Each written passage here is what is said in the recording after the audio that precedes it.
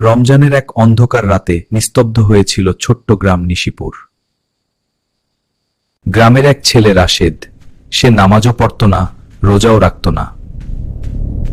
সাহরির আগে হঠাৎ সে দেখতে পেল পুরনো বটগাছের নিচে দাঁড়িয়ে আছে এক অদ্ভুত ছায়া। রাশেদ, আমার কথা শুনবে? কে তুমি? ছায়াটা ভয়ঙ্কর হাসি দিয়ে বলল, আমি সেই যাকে সবাই শয়তান বলে।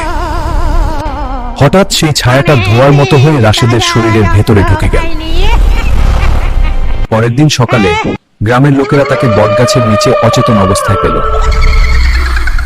তার চোখ দুটো লাল হয়ে গেছে, আর সে শুধু বলছিল,